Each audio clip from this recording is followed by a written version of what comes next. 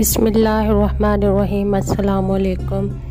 آپ دیکھ رہے ہیں ہمارا یوٹیوب چینل۔ آج کی اس ویڈیو میں ہم آپ کو بتائیں گے دنیا کی قدیم ترین کتاب کے بارے میں۔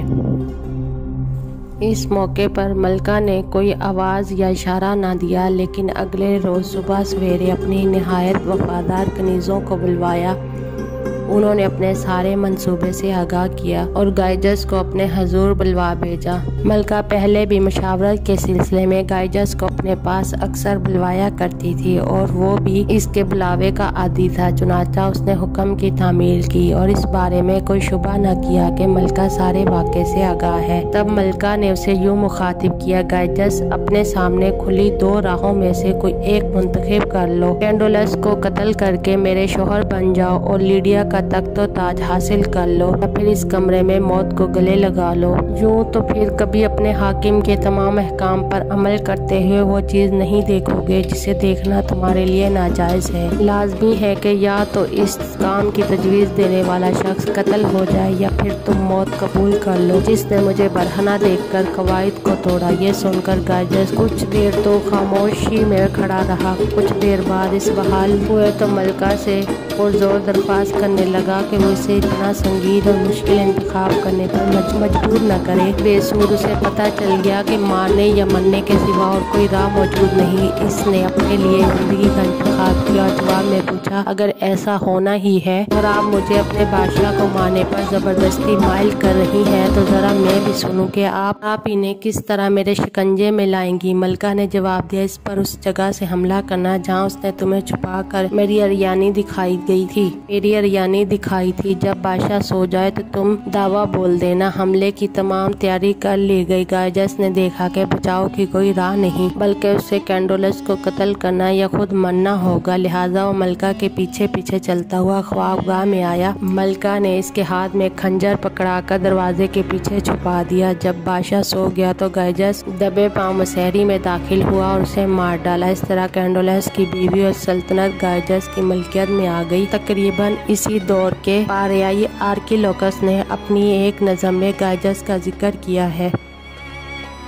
بعد ازاں ایک ڈیلفیائی کہانت کے جواب کے ذریعے گائجس کی حاکمیت کی توثیق ہو گئی۔ لوگوں نے اپنے بادشاہ کے قتل پر غصے میں آ کر ہتھیار اٹھا لیے، لیکن گائجس کے فوجیوں نے جلد ہی انہیں سیدھا کر لیا اور یہ طے پایا کہ اگر ڈیلفیائی کہانت سے اسے اہل میڈیا کا بادشاہ بنانے کا اعلان کر دے تو اس کی حکومت قائم رہے گی، بصورت دیگر اسے تخت و تاج ہیراکلیدس کے سپرد کرنا ہوگا۔ فال سازگار نکلنے کی وجہ سے گائجس بادشاہ بن گیا۔ تاہم کاہنا کے مطابق گائجس کے بعد 5ویں پیڑھی میں ہیراکلیدس کا انتقام لے لیا جائے گا۔ اہل لیڈیا اور نہ ہند کے بادشاہوں نے اس پیشگوئی پر کوئی دھیان دیا، حتیٰ کہ یہ پوری ہو گئی۔ جو منمنادے نے ہیراکلیدس کو معزول کیا اور خود حاکم بن گئے۔ تخت سنبھالنے کے بعد گائجس نے ڈیلفی کو بیش بہا تحائف بھیجے، جیسا کہ ڈیلفیائی معبد میں موجود چاندی کے متعدد چڑھاوے تصدیق کرتے ہیں۔ اس نے بہت سے سونے کے برتن بھی دیے، جن میں سب سے زیادہ قابل ذکر 6 جام ہیں۔